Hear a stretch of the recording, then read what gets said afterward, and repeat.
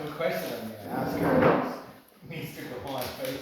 Oh geez, okay, so, we adjusted a puppy today that was very fearful and didn't wanna be touched and kept trying to jump off the bales, and we were able to, do the first adjustment, which was the C3, C4, and I could immediately feel the puppy just relax. And then from there, I was able to finish adjusting the Atlas, and the puppy just kept relaxing more and more. It was really amazing.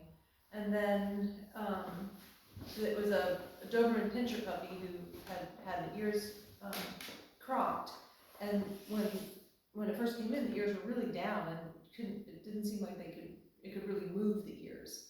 And then after we adjusted, the ears actually started to stand up, and the dog was pricking the ears, and they were moving like the antenna that they're meant to be. It was really dramatic. And that puppy just leaned on my leg and just was perfectly happy to sit there, leaning up against me. Whereas when before we adjusted it, it was just didn't want a stranger touching it. So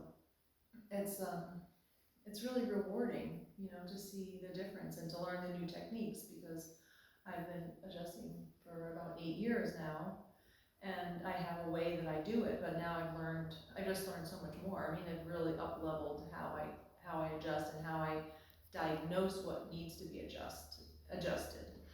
And I've also learned the importance of adjusting the Atlas on all of them. Awesome. On every patient, So it's so important. So when you got here, you mentioned fear-free, and I kind of happened a little bit. Because in my experience, fear-free is drugs. We drug everybody so that they're fear-free.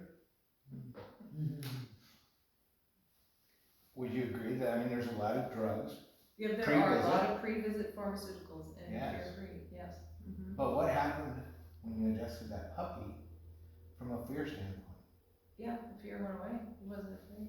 If he had been on pharmaceuticals and his nervous system had been dampened, would that adjustment have done the same thing? It definitely wouldn't.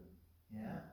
So these animals will start to look forward to coming into the clinic because, well, why does Pink come to you? Pink is our shy dog. It takes her usually your second trip here before she remembers you. But what did you do to her this weekend so that she came and found you today? That was awesome. What did you do to her yesterday? I adjusted her. Yeah. Yeah. And so now today she's looking for you to say thank you. So, fear-free chiropractic practice. Correct? Yeah. All right, cool. Yeah, you can develop that relationship over time so that the animals do realize that they do feel better from chiropractic. And sometimes the first time you adjust them, they're very nervous, very scared. And then as they realize that it helps them, they become much more relaxed and much more friendly. Yeah. And even the dog that we had to put the muzzle on in order to make it safe for everybody to touch that first one ended up falling asleep with the muzzle on. Yeah. Yeah. Yeah.